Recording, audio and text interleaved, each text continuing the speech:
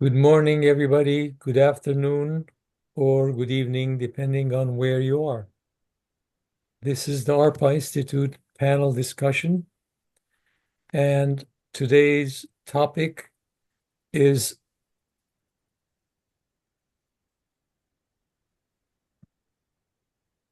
on artificial intelligence in Armenia, impact, opportunities, and the role of the Armenian diaspora.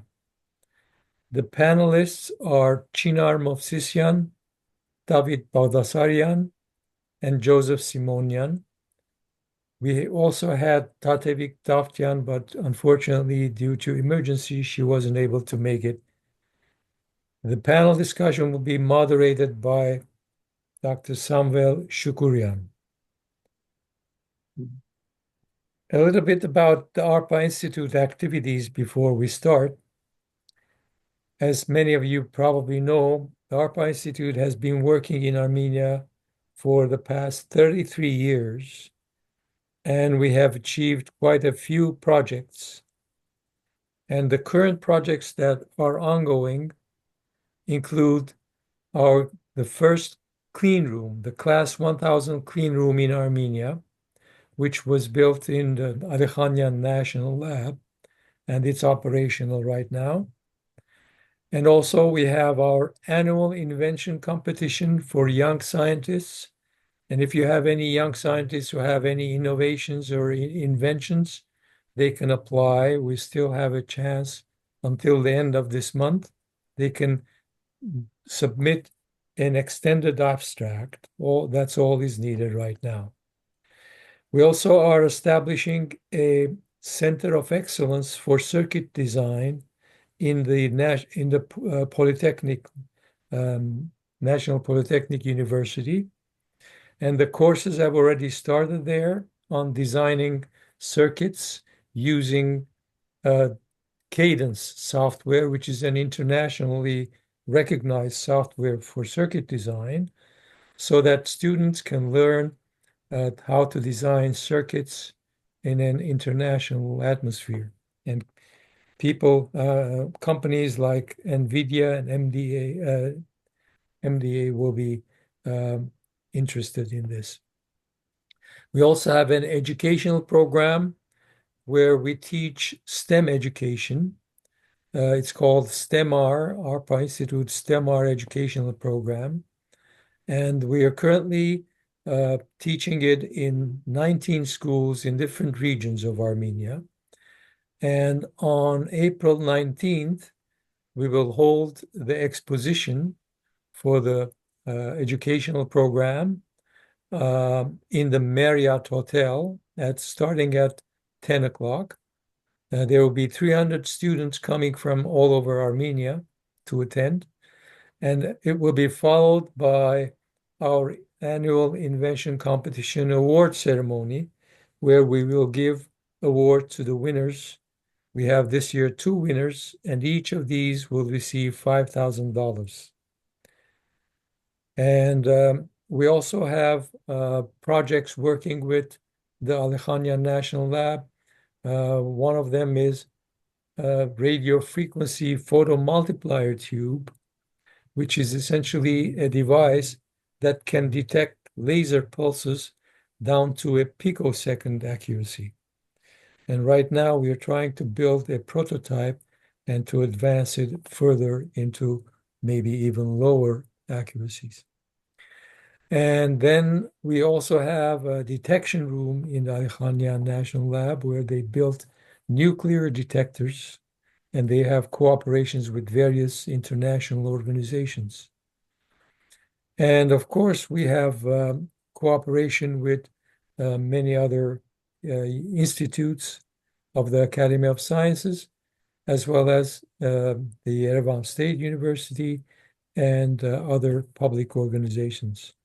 Our activities are mainly on helping in education, science, technology, innovation, healthcare, and many other areas. And so without further ado, I will introduce right now the moderator, Dr. Samvel Shoukourian, who has received a doctorate in science in physics and mathematics and the rank of professor of computer science and software engineering from the Supreme Certification Board in Moscow. Dr. Shoukourian was elected a member of the National Academy of Sciences in Armenia in 1996. He is a scientific leader of the IT Educational and Research Center in the Yerevan State University since 2007. He's also a professor emeritus at the Yerevan State University. He is simultaneously has served as chief scientific advisor and development director in multinational companies such as Synopsys since 2010. Dr. Shoukourian is the recipient of the National Medal of Science of Armenia and has authored more than 100 articles and holds 1 Russian and 12 US patents. He's now interested in repair of electronic devices and systems, formal models and efficient algorithms for distributed systems, information technologies, and architectures of multimedia virtual environments. Samvel, the floor is yours. Thank you very much, Bob, for the introduction. Appreciate that. I would like to start our discussion. We had a preliminary communication and discussions on what topics should be included at first here, and came to a common notion that we need to understand what is a critical infrastructure for AI development in Armenia. This is very important, like critical mass. How we can be convinced then that we are gradually going to self-sustainable development, to a possibility of growing this direction and quickly growing. This is very important, and what we suggest to consider, we suggest to consider. I received positive feedbacks on the topic from my colleagues from today's panelists. Like we need to consider what is the most important thing in education, in research, in AI application, prototyping of innovations, how to build capacity in financial and investment industries. This is also very important because this is finance consuming in the domain. And also what kind of role or roles can have diaspora in supporting all this stuff. This is very briefly the aim of our today's, and I would like to introduce today's panelists. Chinar Movsisyan is the founder and CEO of Feedback Intelligence company based in San Francisco and enables. She did a PhD in application of machine learning in healthcare, was supervised by Sosahayan in CUNY. And also, she has established several startups. It is adduced in the slide. You see all. This is probably in brief. I believe that she can also add during her presentation some additional nuances I missed here now. David Baghdasaryan is co-founder and CEO of CRISP AI, and he started these activities already being a student. He graduated from our IT development, IT research and educational center of Yerevan State University, and their company, this startup is successful. It is already established, and I believe David can provide more more important topic. They also like are helping university to deal with this branch. Very important. They supported creation of a special laboratory and are very interested in collaboration with universities, which is also important for Armenia. Our third panelist, Joseph Simonian, he has a PhD from University of California, Santa Barbara, and is head of design and analytics at CalPERS. He is investor and researcher who has conducted quantitative finance, machine learning, factor investing, and portfolio construction. Joseph had past senior portfolio management and research position at several leading investment companies, etc. And also is actively participating in publishing in recognized journals on the topic. Probably has after over 40 publications covering quantitative global bond portfolio management. He also has experience in teaching in both academy and industry. This is brief introduction of our today's panelists, and I would suggest to start with David and ask him to provide his vision on the listed topics as well as other topics which probably he considers important in building a critical infrastructure, building a critical mass for in our today's topic, our artificial intelligence. David, please go ahead. Sounds great. Thank you. And thank you for the invitation to be here. Yeah, so I'll briefly go over what CRISP has achieved. I'll keep it brief, I promise. But I think like what we have done is sort of relevant to this discussion, and also what other things I'm involved with. So CRISP started 7 years ago in Armenia, and we started doing, I mean, we were not calling it AI back then. It was embarrassing to call it AI. We were calling it machine learning. And 7 years ago, we had this idea to build machine learning technology to remove background noise from calls like this call, right? And there was a bit of work in academia back then from other universities, and like we didn't have much experience in doing this. But we thought that we can create a technology. Maybe we were a bit naive, but that naivety helped us.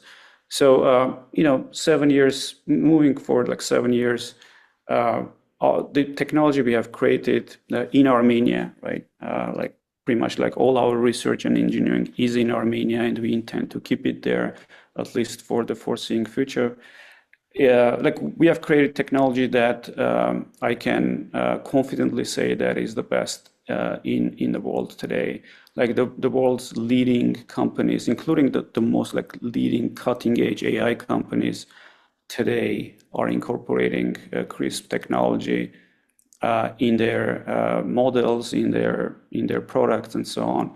So I think that's an excellent example of whether Armenians in Armenia can create something that is best in the world, right? So I think like it's good to start there, to just as a fact, it is a fact. And that's only like one technology we have created. The reason like why we were able to create other technologies as well, like the second technology we are bringing to the market right now is called AI accent conversion. Basically in real time, our technology converts one accent to another accent for like better comprehension on the receiving end. So very important problem in call center industry, but in general, like accents are always it's very difficult to adjust to accents, right? So that's another one that is currently probably state of art. And the reason we were able to do it is because we were able to build on the success of the first technology, right? So obviously that means that we have received funding to continue our research and take that research, build technology, real technology, and take that technology into production and then build it into products, right? AI products. So that whole cycle is very important. Like in our view, in my view, at least like where the world I am coming from, building technologies that start from research but end up in a product, like this full cycle is very, very important because it provides sustainability, right? Like you create technology, you sell it, you get money, you invest more into research. So yeah, I mean, today CRISP is building both, like doing both research, but also we have very successful product that is being used in the world. That's the story of CRISP, and we have worked with universities, as Dr. Shoukourian has said. Like we have co-created a lab in Yerevan State University.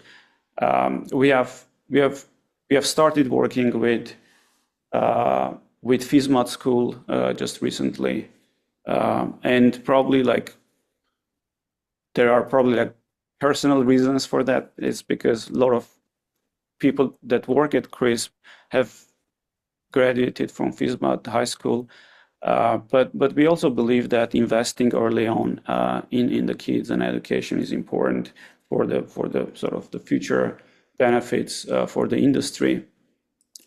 And another thing that I'm part of is a VC firm called Big Story that we have co-founded with my two other co-founders. We started in 3 years ago, and we have already made 25 investments, and many of them are startups that are doing AI in Armenia or outside. So our scope is to invest in companies that have at least one Armenian co-founder anywhere in the world, right? So that has been, hopefully it will be successful as a venture. So far, like we have invested in like really, really cool companies, but sort of I have visibility into what's happening from entrepreneurs and AI startups perspective in Armenia as well. So basically have understand the whole chain, I guess. So that's like my background, what we are doing. And I would say that perhaps I have a bit different perspective or approach to creating value, or like as the title says, like building critical infrastructure. Probably I have a bit different approach to it than, but we'll see that during the discussion. So like I'm a very, very strong believer as an entrepreneur, right? As a startup person, I'm a very strong believer in investing in small things, right? That work, right? That have traction, rather than trying to build very big things from the very, from day one, like let's say university, government, and other, like getting all them together and trying to make them sort of work together and orchestrate that whole thing, which is super, super complex. And often we have seen like how complex would it be to do that. I'm a big believer in identifying smaller teams and seeing, there is basically no bureaucracy or politics in these small teams, and then investing in this because they work, there is a traction they have created, even if it's a very small value and traction they have, we invest in them and then they grow and become something big, right? Like that's what we have been doing so far, and I won't talk too much anymore, but like I would like to just set up that approach of identifying small teams that are able to do even those small things at the moment. But if you believe in them, then investing them and growing. So like one example is Yerevan, which is doing an amazing job, right, in AI, as an AI research lab, led by Hrant Khachoturian. But let me stop there. I think I've taken too much time already. Okay. Any questions, David? I have a question, but it's maybe it's premature, but we can defer it to other time. I would like to know, David, when you say investment in AI, if you don't mind, without divulging proprietary information, what investments or what development, basically more development, not investment, what development your companies or your company is doing, and where are you finding the infrastructure? It's very expensive, infrastructure to set up, if you don't mind. Yeah, absolutely. I think that's a very important question. Like when we talk about like AI, like critical infrastructure in AI, there are two ways to think about that. Like one is like, doing fundamental research or like coming up with new neural nets and approaches to compete with the leading approaches, right? And then like winning them over. Like I think I think none of them is happening in Armenia. Maybe like some of them, but like essentially we haven't seen anything coming that is fundamentally like better or that has any success, right? Compared to what US and China obviously are doing.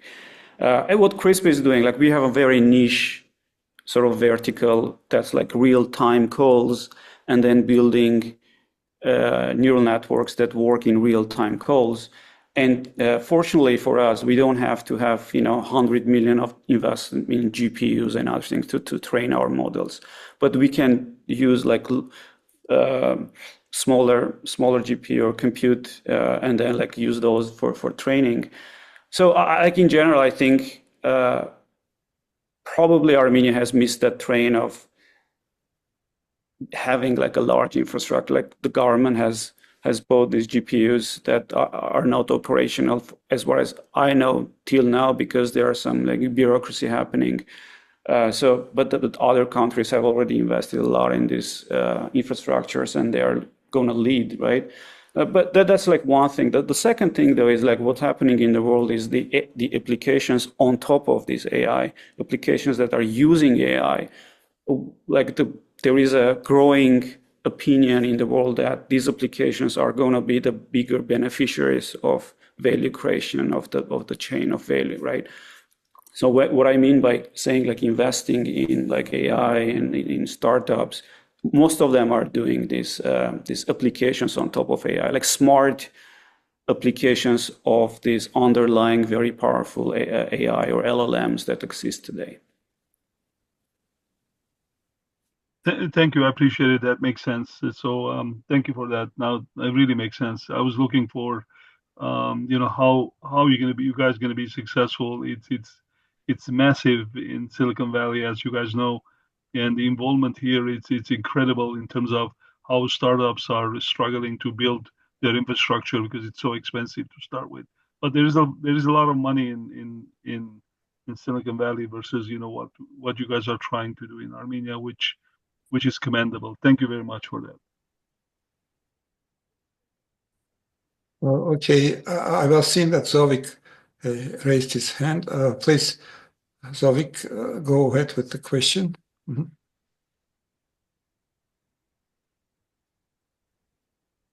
Hi, this is Dr. Vicky Panosian, and I'm using Zovik's computer. I'm so impressed with all the work that Armenia has done and is doing, and as David was talking about, wonderful technologies and the startups that are coming up.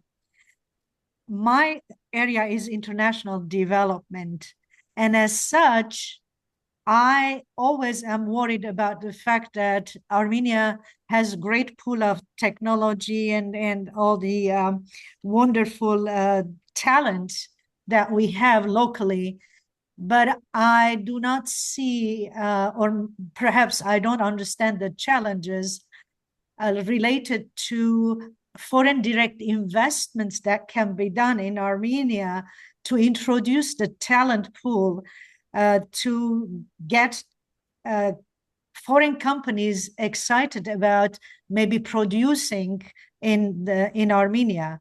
And I would like to hear a little bit about what we are doing currently about that. Thank you so much.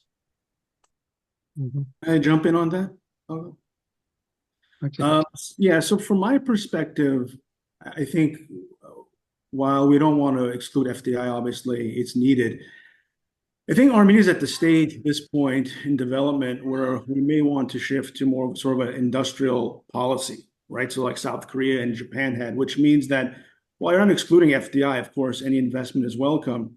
You really need some government guidance and investment in critical areas in order to advance the ball forward. Because, while, I don't think we are where we want to be necessarily, we're not at the end game. We're not in the first inning either. And, you've seen some recent positive developments, I would say, on the military security side. You've seen a fairly large investment. You've seen some new tax legislation come out that is incentivizing military applications, security applications. These are things that a lot of us have been talking to the government about for a couple, 3 years now. And finally, they're coming to fruition. I don't think any one person can take credit for it, but we're all collectively happy that it's happening. And so I think, long story short, to attract FDI, you probably need to have world-class companies, world-class scholarship, but also importantly, marketing, right? The country has to be marketed, on Bloomberg. If you turn on Bloomberg Financial News, you will see commercials about Kazakhstan, Turkey, Uzbekistan, right? These are countries that most Americans have never heard of for the most part, at least the Central Asian countries. And a country like Armenia that many Americans have heard of, it's not being promoted enough actively, right? So, it's not the case that, if you build it, they will come. It is not that at all. You have to build it and then promote it the hell out of it and then hope that they will come. That's on the FDI side. So there's really three components, right? I think we have the talent. I think we have some investment. We need more, but we do really need the marketing on the FDI and sort of external attraction side of capital. I think on the internal side, you can't underestimate it. I know there's a lot of, especially after the war, a lot of different organizations, let's do things outside the government. At the end of the day, you have a country, you have a state, and if the country and the government is not doing what you want it to do, you have to make them better, not try to oust them or marginalize them, because you can't do that. It's a country. It has a government, and the idea is that you want to influence them to the extent that they will be facilitative of positive developments. So I think really at this stage, we need this industrial policy to take shape. And of course, diasporans and so on, others can help the government get to the right point. They definitely don't have all the right answers, right? We know that. And so as long as they're accepting of some of that guidance and input, I really think there has to be government-led on the industrial policy side. On the FDI side, a lot of it is, putting in the foundations. David mentioned a lot of them. But then on the marketing side, we always seem to forget that. But I think it's just as critical as anything else. The hype around Armenia has to be increased, and that's really just paid advertising, quite frankly. I absolutely agree, and we have presented that. ARPA director knows already about it, that we have presented a whole strategy to the Armenian consulate in Los Angeles. And I do agree with you that we need to work more on that side, because the world doesn't know about Armenia and its talent and its wonderful projects that they are involved with. I don't know why we kind of are shy about showing the world what we have. Thank you so much for the explanation. Part of it, just a quick funny anecdote on this, part of it could just be the way we view ourselves. I was very happy that David compared Armenia to the United States and China and its capacity as a sort of competing in the same realm, because I think it is correct to think of Armenia on that plane.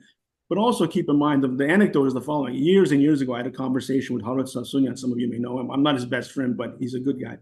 And he was telling about a conversation that he had with Khocharyan once. I'm not a Khocharyan fan by any stretch of the imagination, but here's the funny story. Is that Khocharyan, Harut kept saying at the time, this is years and years ago, you need marketing. We have to get out there to attract investment. And Khocharyan told him, we don't need marketing. Everybody knows that Armenians are smart. And I think because we have such a great history of science and achievement and art and everything else, right?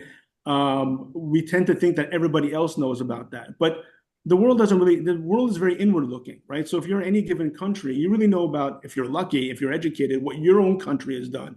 Forget about everything else, right? And so I think we really need to hammer this point home about marketing and, again, paid advertising, being in the right spots, whether it's tourism or technology. It does pay off, quite frankly. And it's and sort of the ratio of spend versus the cost benefit is actually positive, right? You don't have to spend billions of dollars in advertising, but a little bit of spend in the right places where investors are looking, Bloomberg News, Yahoo Finance, wherever it is, right? The CNBC, it actually makes a difference. Joseph, the thing is that we have the talent, we have the Armenian people who know how to do the marketing, the global, development. We know how to do that, but I wish that we can come together and really focus on it, because that is the most important part of this whole thing. We have the talent, we have the people, we have the companies, the startups, but nobody knows about it. So I'm going to stop here. Thank you so much for everything that you guys are doing. Let's continue the discussions first, and then we will go to the questions. I guess it's better. So, Joseph. All right. So I guess I'm supposed to handle the financial side of this. So I will say this before. One of the most important parts of my biography, I think, is that I'm one of the founding board members of ZINAPA, which is the government-sponsored life insurance foundation for soldiers and their families. And this is a very important. I'm happy to see David Algopian, one of my fellow board members, on the call as well. Hi, David. And so for me, this is an important project for a number of reasons. I want to get the word out. You can contribute as a diasporan as well. One is that if there's anybody in the country that I respect, it's the soldiers on the front line. And I lost students in the war. I lost a relative by marriage. My wife is Rusahai. So obviously we're all Armenians, and this is a very important topic for us. And so I really felt that we had to build a proper life insurance foundation. We don't get paid, the board members. We just guide and the process. So we have a full staff as well. But the other reason I got involved was because I thought it was important, just like in the case of the pension fund. I think you have to start building national wealth. And national wealth is literally collective assets that a country has. So if I asked you, you think about it, why does anybody care what Norway or the Emirates thinks, right? They're relatively small countries. They don't have really heavy military power on a sort of global scale. But if you look at the wealth of the Norwegian sovereign fund or the various sovereign funds and other schemes in the Emirates, collectively, they're past $1 trillion, $2 trillion, depending on where you're looking and what you're counting. And Armenia, at the same token, has to think in that sense. So ZINAPA, by those scales, is small still, but it's at this point, we've been running it for a few years. We have over 300 million in assets. The pension fund is, I think, past $1 billion or close to it. And the point is that as Armenia builds national wealth like this, right, it will give it a bigger footprint in a lot of international conversations, right? And I think it's easy to look past that because most people are just thinking about their own bills or whatever it is. But I think this building of national wealth is important for one simple reason. If you have a lot of national wealth, whether it's in a pension scheme or a life insurance company, at some point you will end up investing in global stocks. And if you invest in large enough amounts, those companies have to listen to you. And if those companies have to listen to you, then the countries those companies come from have to listen to you, right? So this is all interconnected. National wealth is probably the most important thing we have to build. AI can be part of that.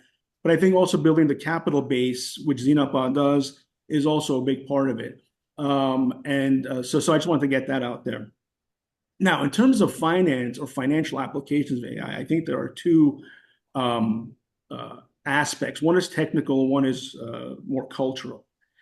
The technical side is that what a lot of folks don't recognize, not just in Armenia, globally, is that the application of machine learning and AI to finance is quite different than it is to natural science or engineering applications. And the simple fact is that the reason is because financial data, all of it, whether it's a stock price or interest rates, it's all sourced from human behavior, which gives it unique properties that you don't find in nature. Okay, number one. Second, it's time ordered, right? So there's a time series of events, and the past always influences the present and will influence the future. It's not always the case in nature, right? The third reason is that Now, time series are not exclusive to finance, though. In neuroscience and so on, you have time series that are relevant, but that's one of the unique characteristics. But the third important is that, unbeknownst to most, we are data poor in finance, except for areas like high frequency trading and, let's say, credit card default prediction. Okay. And so what that means is that some of the models that we can apply in cosmology or genomics, they cannot be applied or to the same effect in finance. For example, deep learning. Deep learning, not that it cannot be applied, but it has significant challenges when you apply it to the financial realm, especially investing, than you do in other areas. Now, why would you say that? Well, think about it. If I'm doing, let's say, a third stage trial, right, for a drug, at the very least, I'm going to have 36 people that I'm testing on. In the earlier stages, I may have hundreds or thousands. Each of those individuals represents a unique history, okay? In finance, we have one S&P 500 history, and it only goes back 100 years. So even if you're using daily data, you've got data in the thousands. Again, I'm excluding high-frequency trading where you have millions of data points, okay? And you can't say, oh, why don't you use the NASDAQ as a substitute or the Russell 2000? It's not the same. It's not the same thing. It's not the same in the way that two individuals, because they're both, biological entities, they're both humans, are the same thing. So there are ways around that I've advocated, in writing and conferences and so on. For example, using synthetic data, bootstrapping, resampling, et cetera. At the end of the day, you have to recognize that there is a domain knowledge issue in finance that is quite unique, often than you find in science. So what that means is that you have to have, on the one hand, education and training in machine learning and data science, but you also have to have economics and financial training, at least the basics, let's call it, to make sense of these models and their applications. And so just weaving in some bio here. So 6 years ago, I was the co-founder and current co-editor of the Journal of Financial Data Science with Frank Fabozzi and Marcos Lopez de Prado. And at the time, we were saying, look, we don't want this to be another journal. We want this to make an impact, and we don't want it to be gimmicky because AI and data science are hot topics. So what are we going to do? Well, we thought the best way of making a statement about financial data science and what it represents is to really position it as a response to traditional econometrics, which is traditional statistics applied to econ. And when you have that, what does traditional econometrics do? It's very backward looking. It's very good at explaining the past, but not very good at predicting the future. So even some of the most commonly used models like regime switching, they're complete failures when it comes to forecasting. Machine learning and data science, however, are strong in those areas. Prediction and pattern recognition are their strengths. Their explanatory power is their weakness. So we've positioned financial data science as sort of the more empirical approach to econometrics. But nevertheless, even though they're less theory-laden, you still have to have some understanding of what's going on in the underlying markets and economies to explain your models. If you don't, the investment community, your end users, whether it's clients or internal colleagues, will view it skeptically because they say, well, okay, it gets good prediction and predictive results in a horse race against a traditional model, let's say, but it's very difficult for you to trace back how you got to that answer. And if it's so opaque, which are often the cases with deep learning and so on, other more opaque frameworks, then you're not going to be successful in convincing the stakeholders to use it. So there are some technical aspects to it that are very important. We harp on them all the time in our publications and public speaking events and so on, but they should not be underappreciated. And that's why a lot of quants on Wall Street, quite frankly, over time had a difficulty from migrating from physics and math to finance because they had to adjust their mental models, if you will. Now, many have. There have been generations that have been doing it. But in general, that's a challenge. Okay, so that's the technical side in a nutshell. On the cultural... it's possible because we are relating to time. We need to have some restrictions because our participants might leave the meeting. So if it is possible, just to pass to try to finalize. Okay, 30 seconds on the culture. Yeah, this is the most important part, though. So in order to attract investors and build really, and I'm talking about the investment business, not so much the commercial banking, which in Armenia is very successful. You really have to have all of the indexes that we look at, which have been improving over the last several years. Corruption Perceptions Index, the courts, all of that stuff have to take it up one notch because the investment business is a relationship business and it's built on trust. So no matter how high tech your quantitative trading strategy is, nobody's going to really invest in the country in that respect, or an asset management firms are not going to migrate there if they don't trust the culture. So I'm talking about things like moving money in and out of Armenia. As far as I'm concerned, is very difficult still. Interest rates are way too high. I've been telling Martin Galstam this for 15 years. Okay, number two. Number three, the regulatory and the sort of the legal framework around the asset management business, because it's new to us, right? In Armenia, at least, is still primitive. So we have to work on all of these things together to sort of evolve them to the extent that you can compete with, a Luxembourg, a Cayman Islands, some of these places where offshoring happens, and it could be a good base for Armenia to build an investment management industry. One last thing on this, though, a good piece of news. Now, on the corruption side, there has been quite a bit of improvement to the extent that there are two domiciles now, Panama and Belize, which are major offshore locations, but they score much lower than Armenia on the corruption side and some other side. Where they succeed, though, and they're ahead, is on the interest rate side, on the tax side, and on the regulatory framework side. So it's not like Armenia has to be, equivalent to Finland on the corruption end to get any kind of asset management industry going, or an offshoring business, or anything I'm talking about. But you have to start improving that. At the same time, the legal, regulatory, and tax structure has to evolve and make a concerted effort towards this. Okay, Samvel, that was pretty fast, but there you go.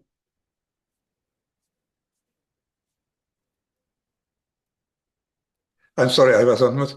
So thank you very much for really very interesting. Unfortunately, just need to pass through. Sorry. So Chinar, please go ahead with your part.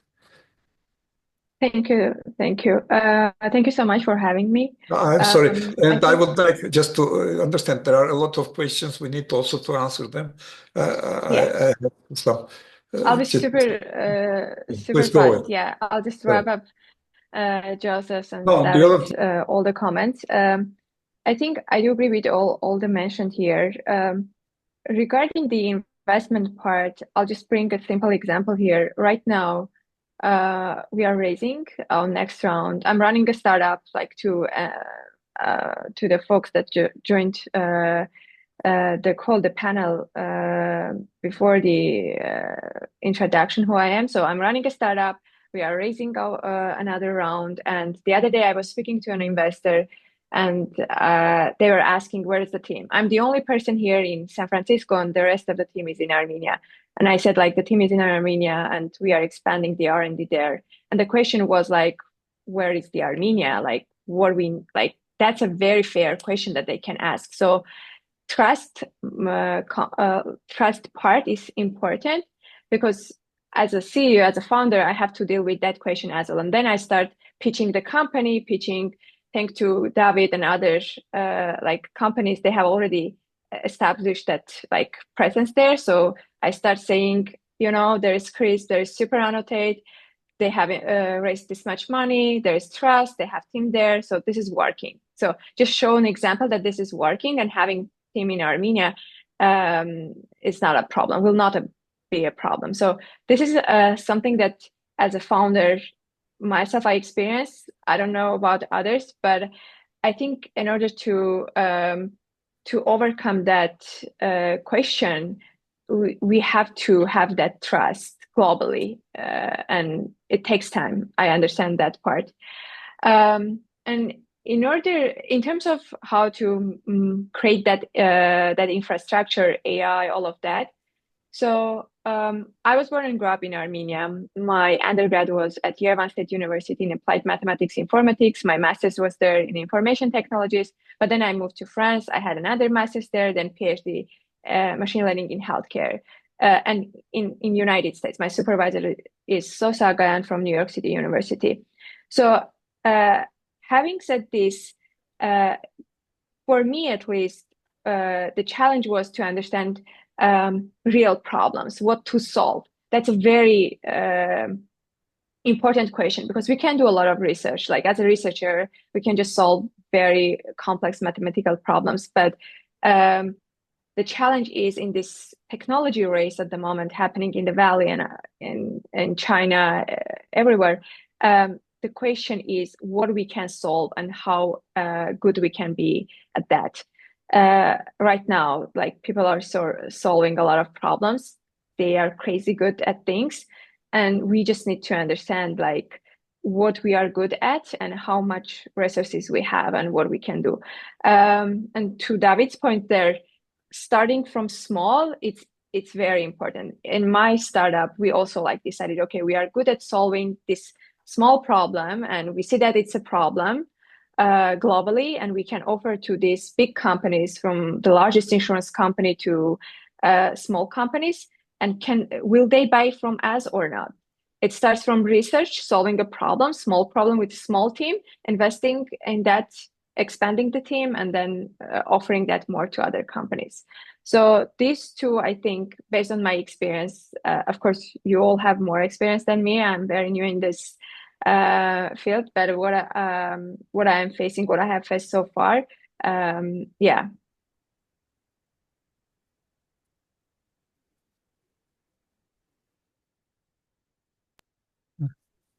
Thank you. Anything, Chinar? Sorry, anything to add, or you have finished, right? Do I understand correctly? Yeah. Like any questions if you have. I think I just Please wanted to keep go this ahead short. I know we have just 8 minutes. questions Yeah. to Gar. Well, Ruben Abigan here, so I have a question. Well, so my name is Ruben Abigan. I'm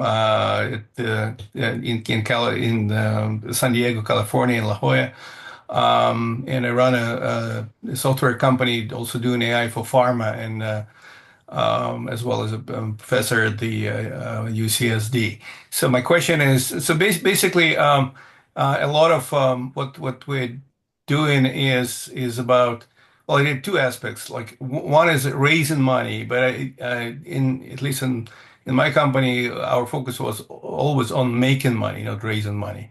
Raising money is a long path. The investment market is very capricious, goes up and down. I think making money instead of raising money would be my main point here. And if it's research, leave it to research, to the academic world. And their main profession is to be sophisticated in getting grants and from multiple sources. That's a very good skill, important skill. So and another point on maybe previous discussions is this. So I think one of the natural inclinations is to start talking to ourselves. I think, and I liked what Joseph said initially. I think we should really force ourselves to, I mean, I'm not excluding talking to ourselves and feeling good about it, but I think we need to go into other communities and we need to be liked and we need to learn what they're interested about. I think opening up to the world, to different communities and working on that is much more important from my point of view than discussing and commiserating and helping each other. That's all noble and wonderful, but I think we need to go out. These are the 2 points, and yeah, so that's what I wanted to say. And also, Chinar, to you, I think if you focus on how to make money, then things will become easier. I do agree with that. I don't have any. I'm not saying that the goal is to make money, raise money, build something, and then sell that and make more money. Like to start from zero, having no money, getting people and starting working on that from zero money. I don't think, at least on my end, I'm not able to do that.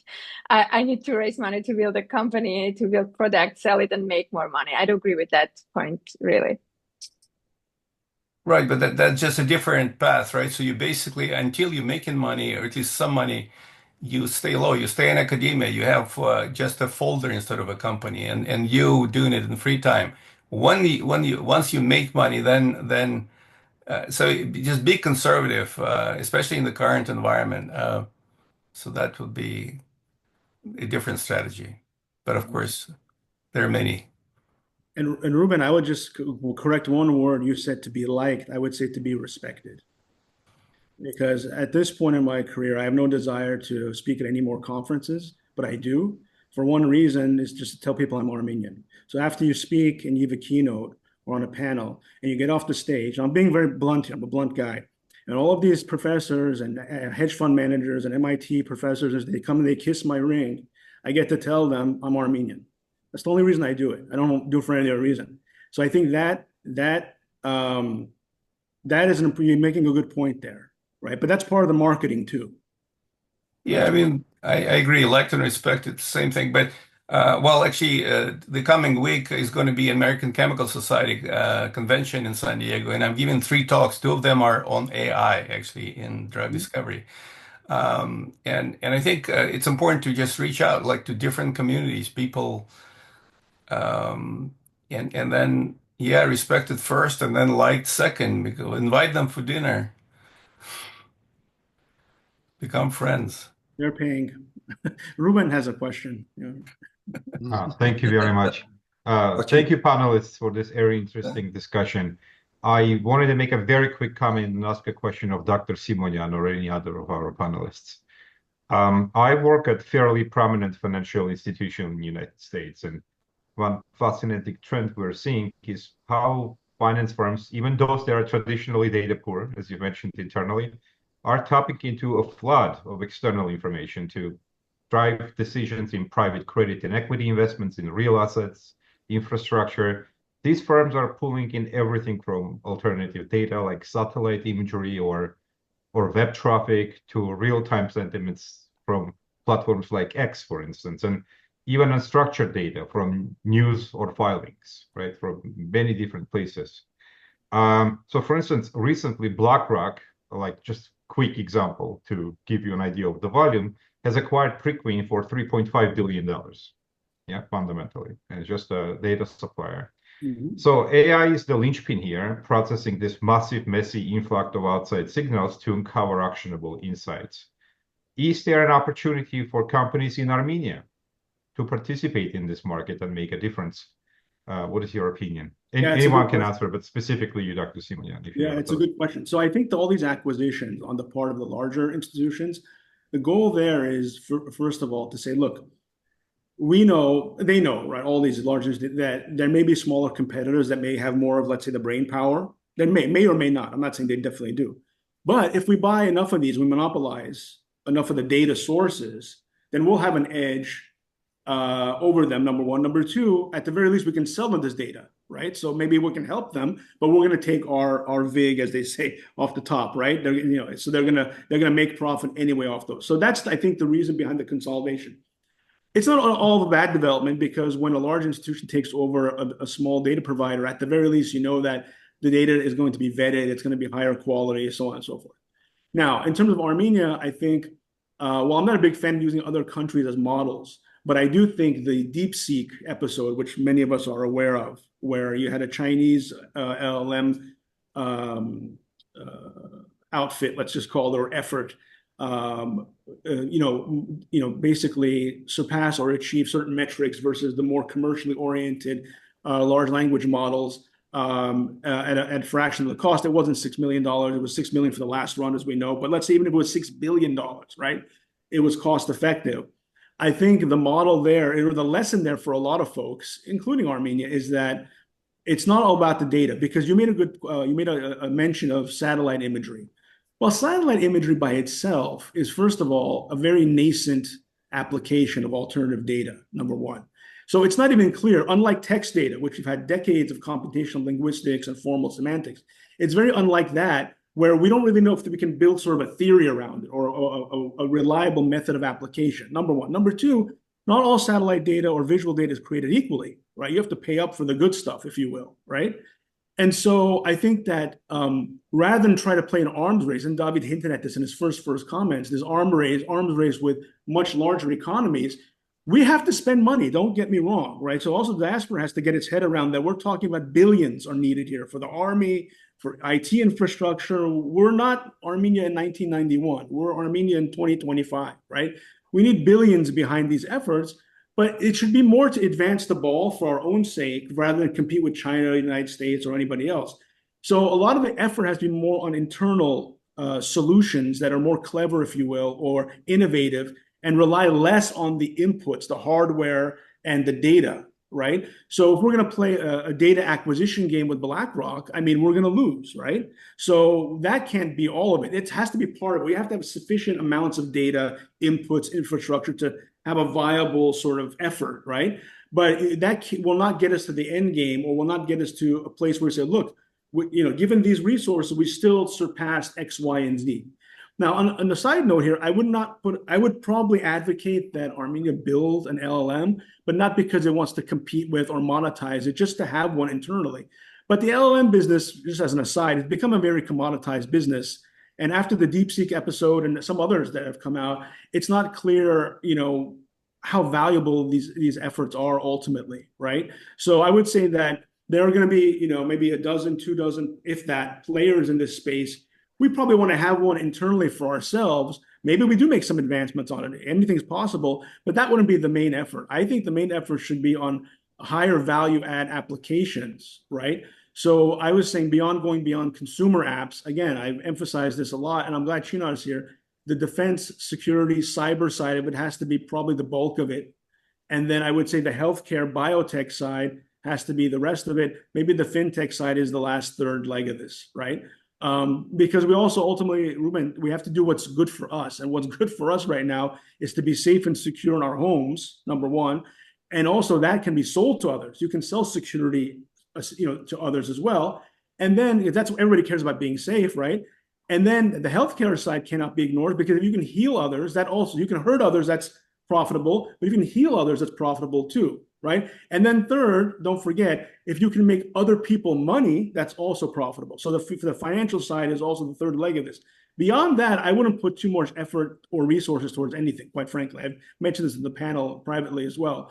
But there will always be people who want to do consumer apps. Obviously, we're not a dictatorship. We can't say that. But I think the bulk of government and scientific resources need to be put into these 3 areas. So that's how I think we can compete. Focused concentration, right? So if we focus on defense, we're going to get better at it. If we focus on biotech, we'll get better at it. If we focus on fintech or financial applications, we'll get better at it.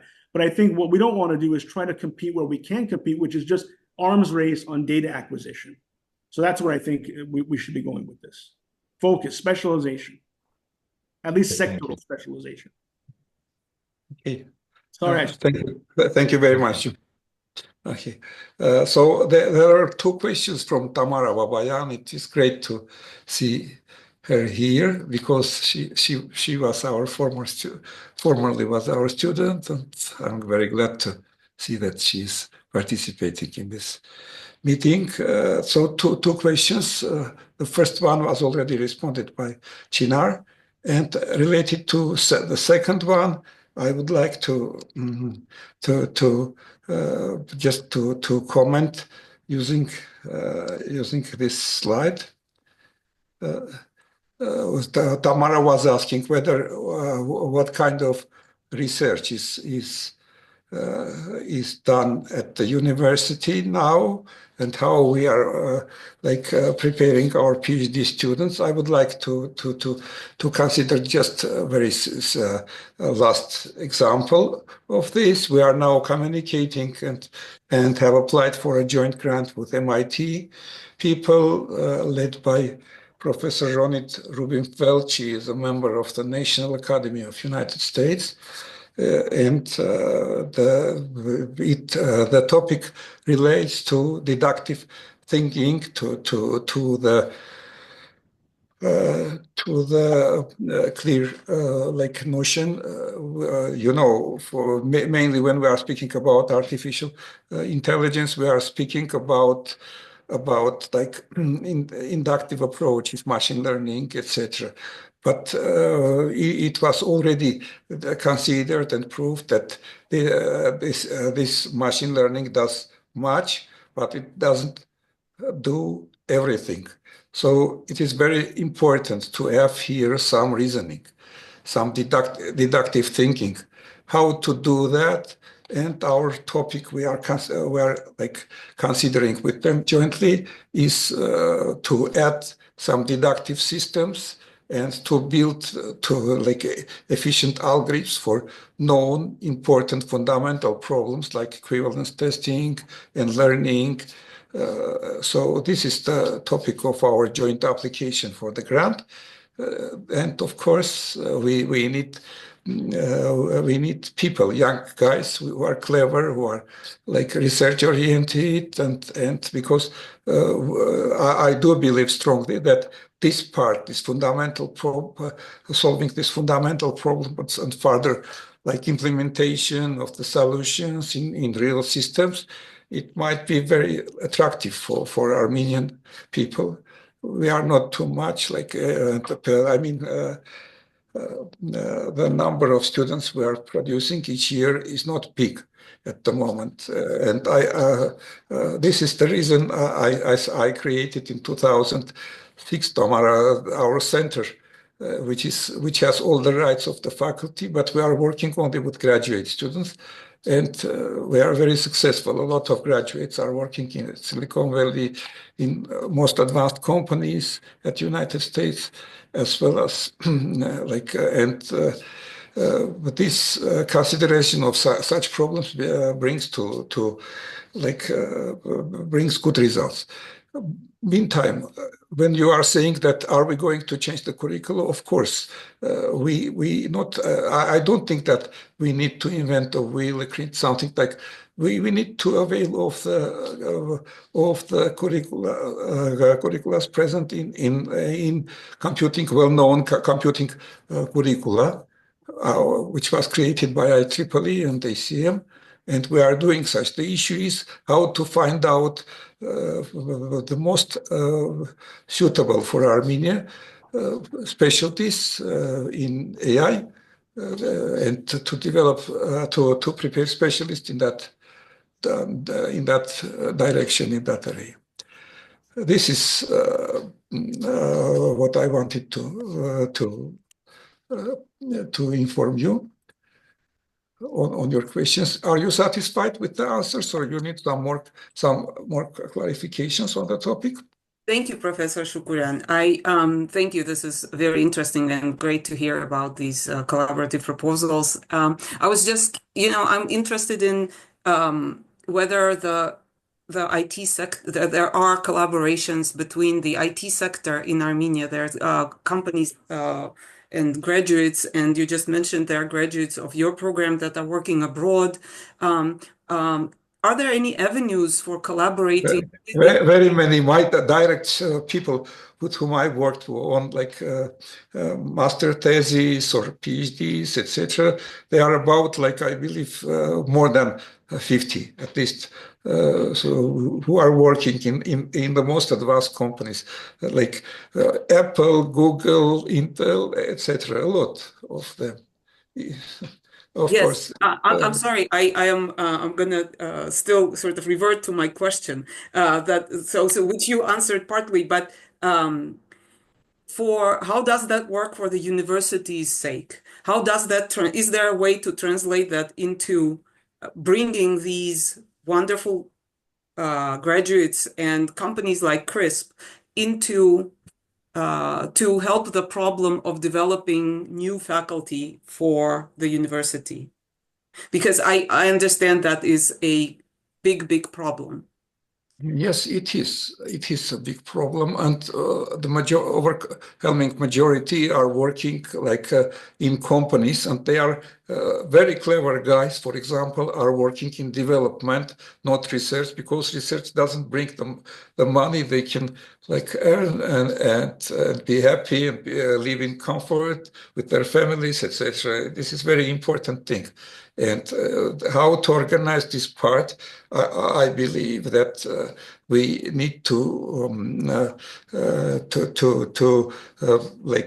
of course, to change the curricula as well as to change this was the reason I created this IT center, because otherwise it was very difficult to work in the faculty. There was a strong resistance because instead of preparing like programs which are oriented on this stuff, like artificial intelligence,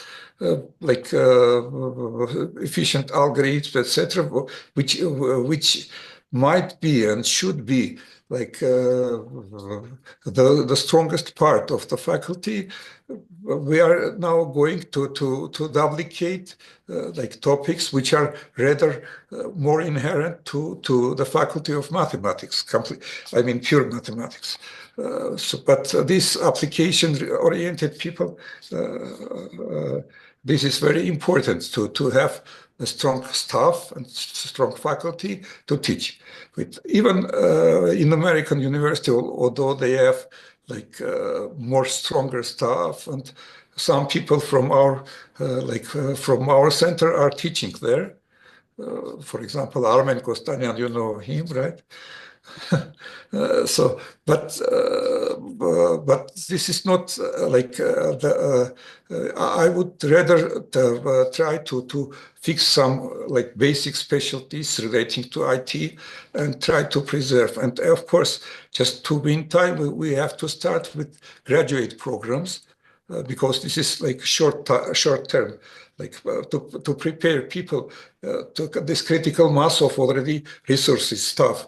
This is very important, and this might be, and of course, companies are helping us, but they have their own problems because mainly they are subsidiaries from multinational companies located in the United States, and the money which comes here is not intended for to be put in educational kind of activities. This is probably, we can discuss this. I'm not sure whether this is interesting to all, but this is the case. Okay. Sure. Thank you so much for your. Thank you for questions. And again, very glad to meet you today. Likewise. Bye. Okay, there are several other questions. If possible, I can go to them. So George Chaparian is asking, the question is to Mr. Simonian and maybe also to Mr. David Baghdasaryan. I agree with you that we must find the areas to focus and excel in. Do you have recommendation as to which areas, sectors Armenia must? Okay, Joe, David, can you answer? Yeah, if I can start, and then I have I need to leave.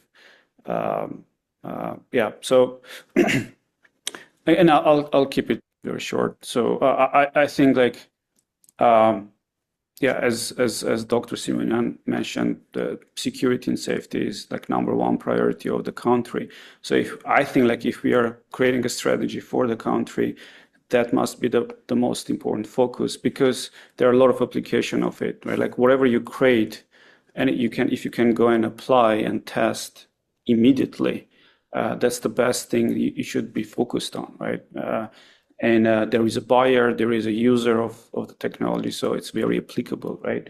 And there are many problems in the defense, technological problems where I think our ecosystem could help with. So I think like that should be #1. It's pretty obvious. It should be #1, right? If we need to choose #2, I think there are we need to leverage the expertise that already exists in the country. Which, if we look at AI, it's mostly around voice and vision, right? Like there is Pixar that is doing a lot of vision. There is Crisp and Podcastle and others that are doing audio and voice. So these are like, let's leverage. And if it's possible to do also something in EDA, which is huge in Armenia, right? That could be the case as well. But the way I would see it is like #1, defense. And it can be like vision in defense, right? It's as simple as that. It sort of narrows down the application a lot and allows you to focus. But if you're like just build on what you already have, right? There is a lot of expertise of EDA applications. There is a lot of expertise of voice and vision AI. Let's double down on that. Like there is no need to like spread the net too wide. I think it would be a losing strategy. Folks, thank you so much for the invitation. I have a showstopper. I need to leave now. It was a pleasure. Thank you, David. Thank you, David. Thank you, David. And Joe, what about? Do you want to continue Yeah, I mean, I mentioned the three areas. It doesn't change. First, it's security, defense, cyber. Second, healthcare. Third, fintech. But I will say something else. I also think on the pure research side, we need more focus. So, and this goes into the marketing of the country. So, for example, one thing I noticed is that a lot of folks in Armenia, in academia, and I believe me, I go to all the faculty sites. I look what they're doing. A lot of time on my hands, and just to see what's going on. And a lot of folks are still continuing research projects that I, as a logician and someone who's been involved in data science, know that are not relevant anymore. They're not of interest. They're not, let's call it, the sexy topics that are going to get you any recognition. And one of the things I've done in my career, again, I'm a practitioner, but still I publish a lot of papers. I've written 2 books. Is to always attack the problems that were the most likely to get notoriety and attention from other investors, right, on Wall Street. Sometimes it means diving into controversy. Sometimes it means tackling a hard problem. But I've always tried to do that as a practitioner, because unless you stir it up, if you will, you're not going to get attention. I've been, one of the ways I've furthered my career is getting attention from my research. So in Armenia, I see that's one of the, I think maybe the poor legacies of the Soviet era, where folks are still often working on stuff that I just know is not going to get any notoriety. So what do? What's a practical solution? Well, there are a set of problems out there called the Millennium Prize problems. Okay, they are a dozen or so mathematical problems that have been very difficult to solve over the years. And you don't have to solve them to get, to get the money, you have to solve them completely. But to get notoriety, all you have to do is make progress towards them. And it just so happens that Armenia has expertise in several of the areas, like Yang Mills, which is an area of mathematical physics. And so if I was the government, again, you need some leadership here, or academic leadership, the governance of the universities. I would essentially limit to any PhDs in mathematics to these Millennium Prize problems. You are going to pick one of these to work on. And maybe it starts at the undergraduate level, where you start to encourage the kids to get into these areas. It's broad enough that it covers a lot of wide areas. Why is that the case? Because the country is it's over 3 million people now, right? Finally, we're back. But we don't have the numbers, right, to go into every branch of every scientific field with the firepower that, let's say, a China does. If I'm jealous of China about anything, it's the number of people they have, quite frankly, because that's our main weakness, right? So you have to direct people to focused areas. And so if you have an entire generation of people, and actually a current generation, because you have expertise in some of these areas already, right, focusing on the same set of problems, believe me, with Armenian brains, you're going to solve some aspect of these problems. But if everybody's doing their own individual project, it's not going to get done. We just don't have the firepower. We don't have the numbers, right? So I think on the academic side, not just the industrial side, we need focus, and there are clear roadmaps to what to focus on, quite frankly, right? Millennium Prize, go for it, and you'll solve it. I mean, we can do it collectively. Why would anybody pick any other field? It's going to get you the most notoriety, these 10 or 12 areas. It's going to get you $1 million. That's an incentive for any Armenian, right? And it's going to help marketing the country in ways that nothing else could have done, right? So yeah, that's my view on academia too. We have to focus. We just don't have the numbers, guys, unfortunately. Yeah, I totally agree with you. One, if I may, without taking too much time, one parallel I would like to suggest, it's Singapore. If you look at Singapore, they don't have the numbers too. I mean, they were like 3 million or 4 million people. Now they're like 6 million people. I lived there for 5 years and I know, but they are incredible in terms of harnessing the whole world, coming and investing and bringing the talent in Singapore, being small and not having resources except, the sea. And unfortunately, Armenia doesn't have the sea, but they have the ships, they have the ports, they do a lot of commerce, but harnessing the talent from outside to come in and invest in Singapore and grow the companies, and even give us tremendous incentives to outsiders to come in. It's incredible. Hey, George, one other area, if I may, you guys say defense and security, which I totally agree.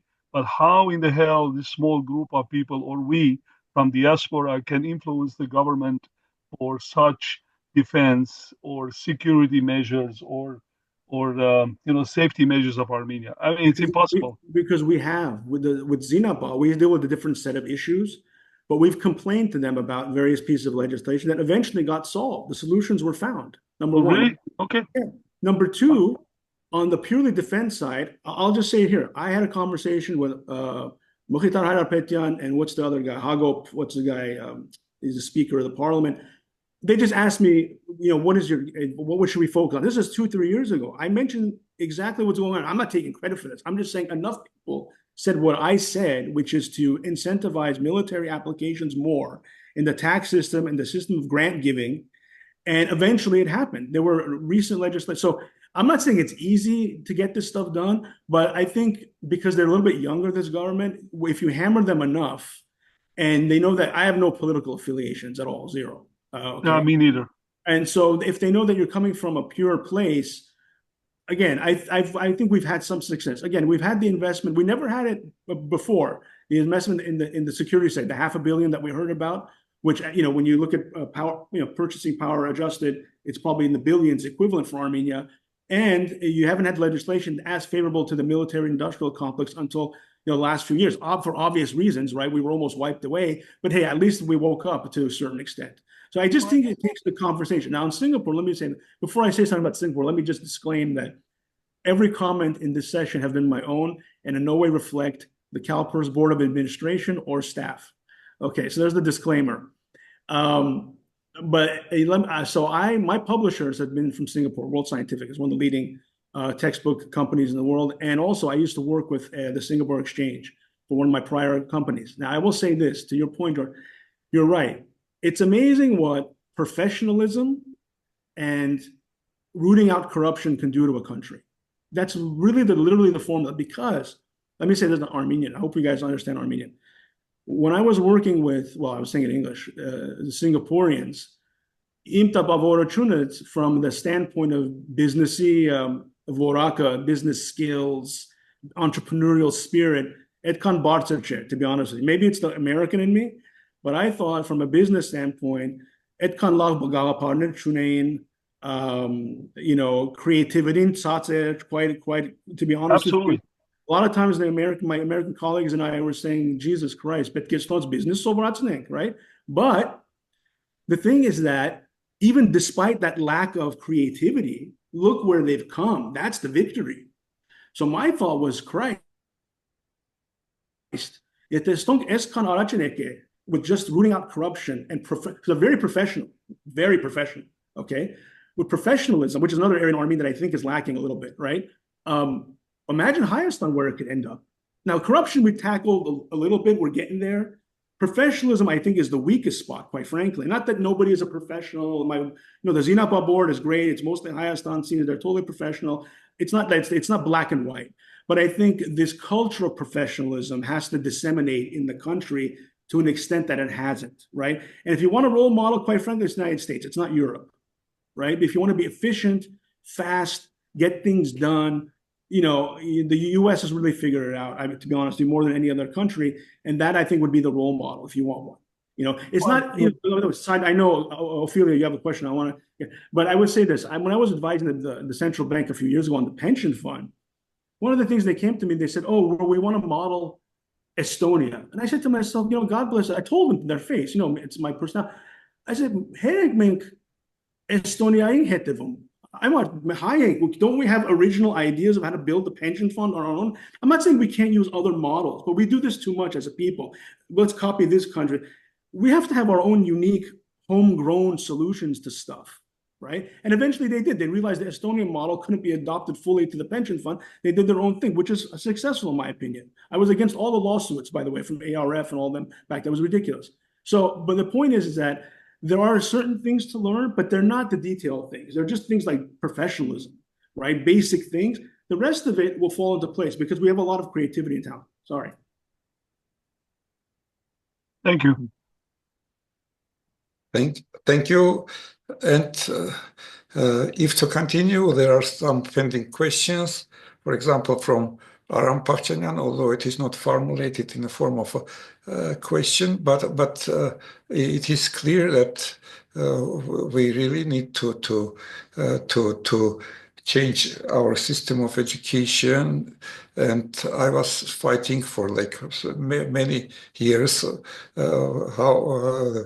planning to have specialists in our area prepared in like to have a mass production of such kind of specialists. This is very important, but unfortunately they are very and it is clear because I have heard many times that companies would come to Armenia if they have yearly like 100 people to be hired, etc. And cite this perspective, if it is hiring like big amount of specialists each year, and this is clear. Now we have prerequisites for companies are in Armenia, so we need to build conditions and to create possibility for them to hire qualified specialists per their needs. So moreover, we need to extend each year the number of specialists. This is possible, but unfortunately, we have these obstacles. And I would suggest to do the following. We had common programs with other universities. For example, in 2000, in 2004, we started the program with New York University, and it was a joint program, and we were giving joint diplomas with them. And it was very successful start. It was done using USAID possibilities, but now we do not have USAID, so we need to think, and during this discussion, probably somebody knows how to attract American universities to create again such kind of joint programs, or to have a possibility of sending many people with availing of these opportunities of new learning technologies, of hybrid education, etc., especially for the specialties which are like requested right now, and a big amount of specialists is requested. How to do that? I know we also successfully worked with German universities, particularly with specialty which is present also in the United States. I'm in visual computing, and it was very like our specialists were really like we were able to create conditions, etc. Although like the most of lectures they were listening remotely.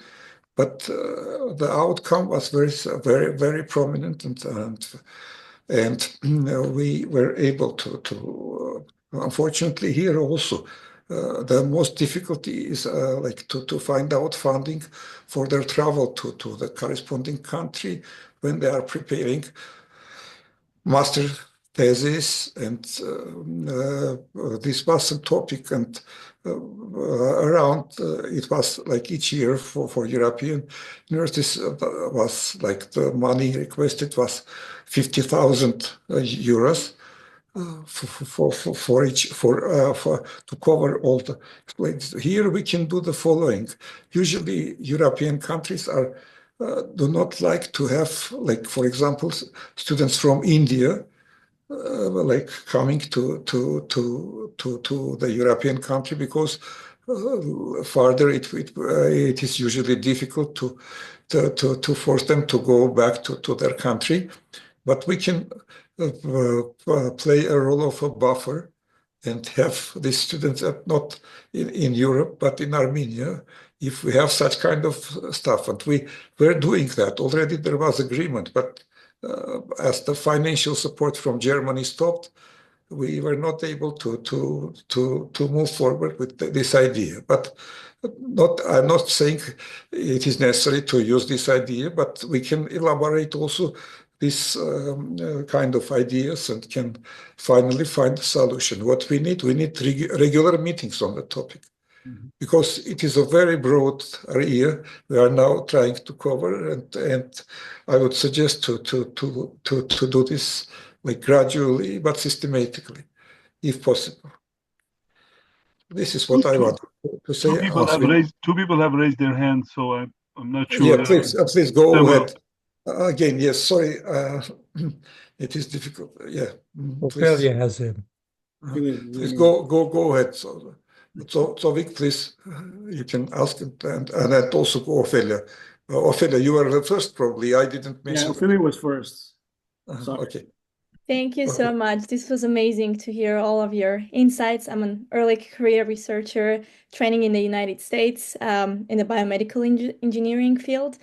And I guess as I'm like planning to transition careers, my aspirations are obviously to help Armenia, move to Armenia and work in the healthcare industry. And during my PhD training program, that's when the AI became the biggest field, where it's like now everything's moving towards using artificial intelligence, machine learning to accelerate the drug discovery field as well as the translational research aspect. So my question would be more understanding the prospects of healthcare and I guess mostly healthcare and drug discovery in Armenia, how infrastructures would work logistically. When I had these dreams of creating a company in Armenia in the healthcare industry, obviously like competition with the United States and China would be really tough. So being unique in your specific healthcare development would be one thing. And then the other is like all this infrastructure, logistics, like how quickly your reagents would arrive for you to carry a research. It's kind of my biggest questions, like how feasible it is nowadays to create a biotech startup in Armenia and what it requires, I would say, from your perspective. Who wants? Should I say something? Okay. Thank you. Or Samvel? No, thank you. And so Vic, please go ahead with your questions. Yeah.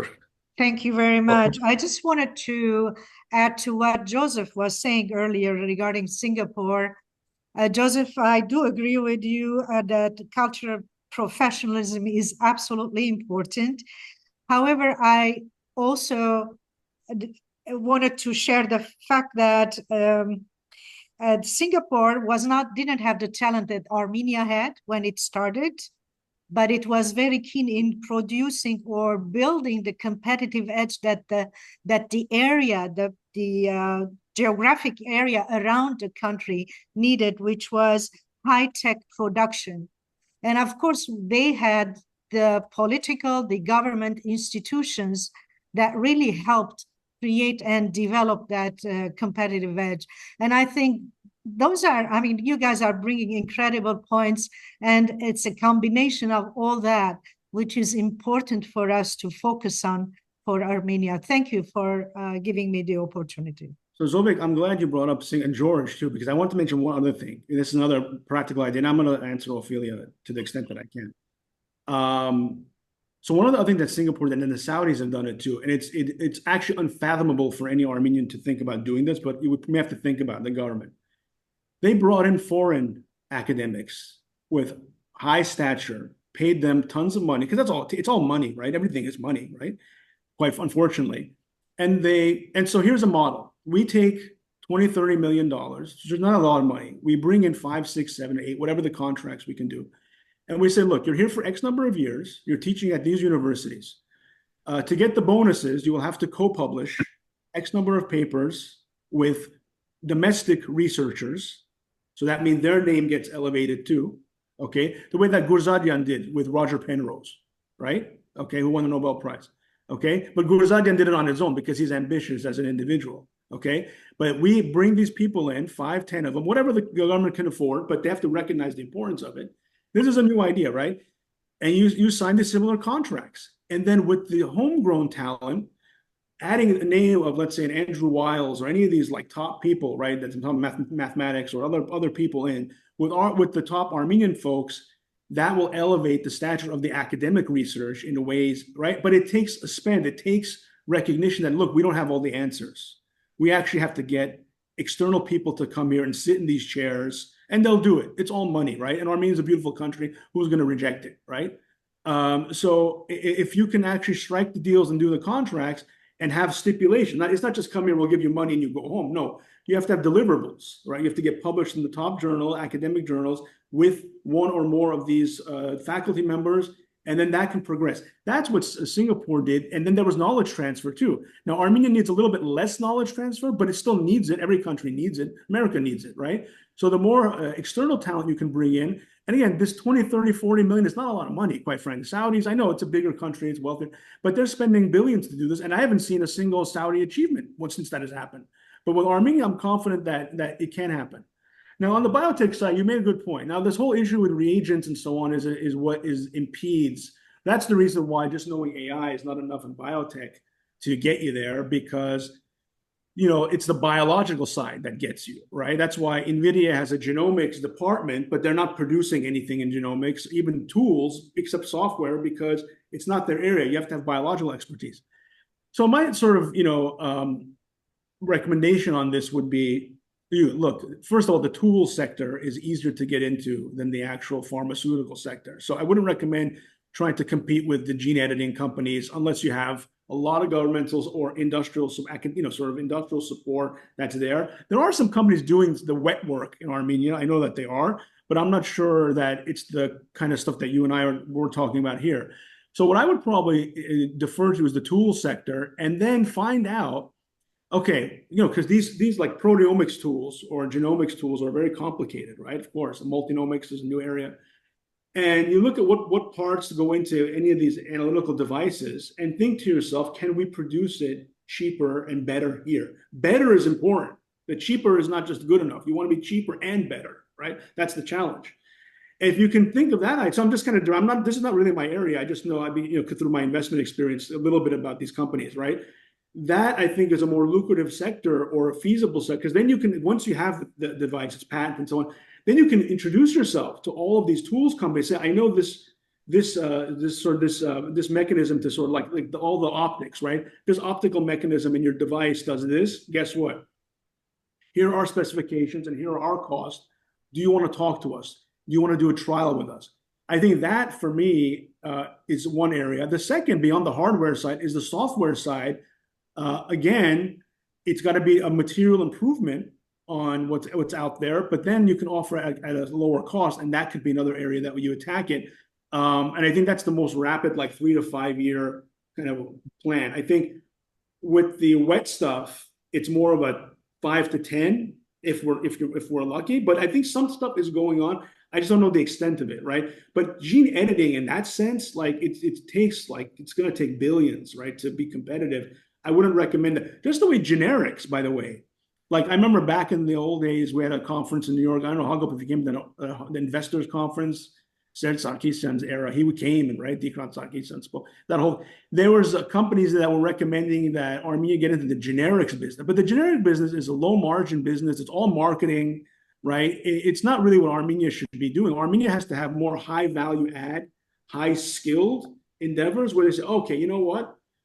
We've got this stuff that's produced in Germany. The Armenian one is as good, but guess what? It's a third the price or half the price or 20%, whatever it is, right? That's the kind of stuff we have to be getting into. Even other areas, not in biotech. Believe it or not, Armenia could do a lot of damage in producing high quality eyeglasses, right? That's an area nobody thinks about, right? There's so many lower tech, unsexy fields that because we have the skill level, we could get into that. I haven't seen a lot of work put towards, because we have a lot of these high-end dreams, right? Like one of the things I want to mention on this call, by the way, sorry, I'm tangenting a little bit, is that one of the questions we have on the slides, though, is infrastructure. I think a great demonstration of AI in Armenia would be, every day I'm reading that 5 districts of Yerevan don't have water for 5 hours, or the electricity is out in Bangladesh for 2 hours, or whatever it is, right? Why not demonstrate AI? Because it's not an energy production issue in Armenia, right? We produce enough. It's a distribution, a load, an optimization problem. Why not put some money towards it and say, guess what? You're never going to have lights out ever again because we applied this AI algorithm or framework from this company, and we've solved all of our infrastructure problems. Imagine the buy-in you would have from the citizenry if basic problems like this were solved. Or actually, if Viola Water is running the water, why not gift them a framework that you've developed and show the results there? Again, so these are simple things. Like they're doing a lot of good things. I won't say they aren't. It's not all black and white. Trust me, there are good things happening. But I think because of a personnel issue and expertise and an attention issue also, right? you know, I don't want to get too political, right? But the opposition is of no help in any respect, right? They're having trouble doing everything that we all want to do, right? So there's a political culture question. I don't want to get into it. We don't have time, and it's not really appropriate for this conversation. But there is you know, I don't think we need a wholesale change in the political culture, but we do need some significant changes in what parties bring forward. It's got to be much more focused on practical solutions than ideologies. But that's another conversation. On this point, though, I think we can easily have some quick wins, low-hanging fruit on the infrastructure side that can demonstrate the benefit of a lot of these technologies. And that's my point there. On the biotech side, I gave you my insight on what I think could be done and should be done. And one more thing, not to derail the point. Thank you, Joseph. One more thing, not to derail the point about Singapore, because it's a model. It's a model that I think it worked. And just to let you know that there's an economic board of Singapore Economic Board in Silicon Valley recruiting this kind of stuff and sending them to Singapore.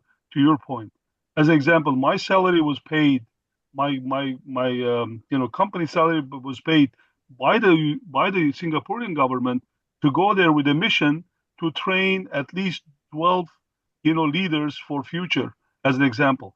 Just to let you know that exactly to your point, I think if we can do that, it's a model. I know they're not efficient and all that. They have like tremendous issues and even political issues with their neighbors, but they're succeeded. But anyway, thank you for your passion, Joseph. Yeah. Well, I want to make one other thing about diaspora. This is on the agenda, by the way, because I want to get this out. So the question is, what can the diaspora do? And I think the conversation was more on, let's call it diasporans who are successful in their fields or leaders in their fields. And the question there is, we don't utilize them properly. And I think the main issue comes from, we often feel like, so like Hago asked me to join this panel. He didn't beg me to do it. I was happy to do it. I'm a good dude. I love Armenia. But I didn't ever volunteer to do the ARPA, not because I don't respect it, but it didn't occur to me. But he made the effort to go after and say, hey, by the way, do you want to join on this panel? And I think what we don't often fail to recognize is the time constraints that very successful people have. And it's the same with Zinapa. I had mentioned 15 years ago to Martin Galston, who's the chair of the central bank now. He wasn't there. He was head of research. Look, man, if there's ever a way I can materially help Armenia, let me know. I don't charge any money for it. You know that. I don't care. But it was almost like we were talking about being part of the government, but like in a non-paid fashion, right? That was the initial discussion. Years passed, and he finally said, look, we're doing the Zinapa. We're actually professionalizing it. We want a board. We want you to join it. And I've thought about it. I said, this is I can make material impact on the lives of the soldiers, on the national wealth of the country. So it's two things. One is being sensitive to folks' time commitment. The second thing is actually give them, and this, George, I will agree with you, things that are significant enough to do. The government has done a very poor job, not only past ones as well, but the current one. I mean, aside from myself, Zare Sinanyan and Rafi Hovanesian, I can't think off the top of my head diasporans who've held like any kind of sort of meaty positions helping the government doing. I'm wrong, obviously. There's been more, but what I'm trying to say. It's not like half the government is populated with diasporans in strong, sort of important positions. And while we don't have to get to half, I think we have to get to at least 5-10% of significant cabinet roles or ministerial roles.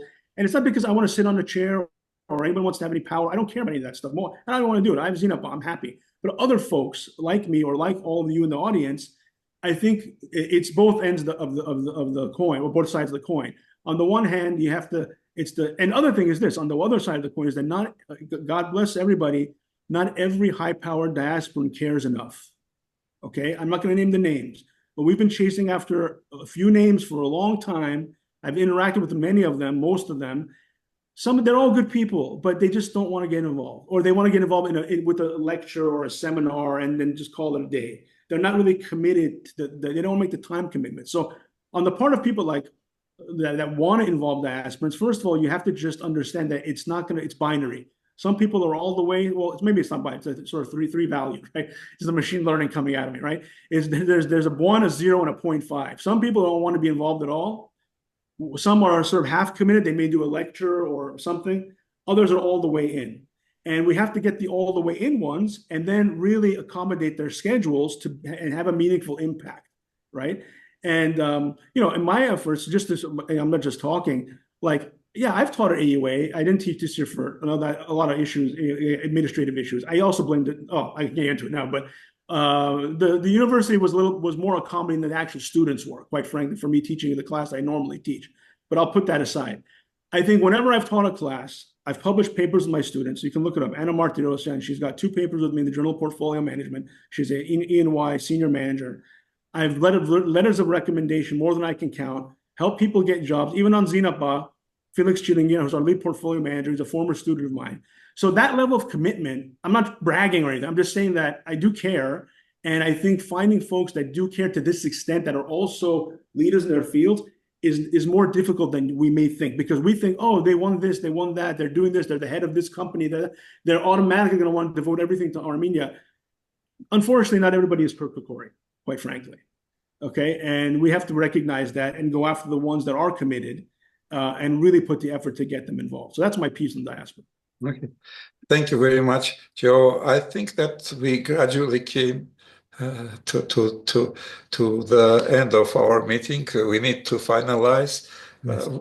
Well, what I suggest to Dr. Panosian, I believe we have the scope, and we can create like more local, working groups to consider these separate topics, from education till financial part, investments, etc. So, and then during the discussion, elaborate some plan, and then we can have this common meeting and discuss whatever the working groups have elaborated.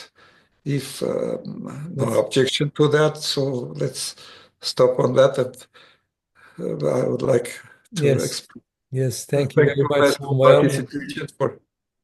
Thank you, Samvel. Thank you, Joe, and thank you.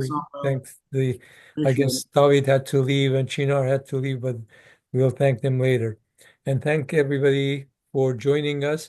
We have a upcoming presentation this time. It's like an interview. The title will be Empowering the Next Generation, the Impact of the TUMO Center for Creative Technologies. And the presenter will be Pegor Papazyan, who is the Chief Development Officer of TUMO. And it will be he will be interviewed by our own moderator, Ani Shahbazyan. So you're welcome. It will be on Saturday, April 12th at 11 a.m.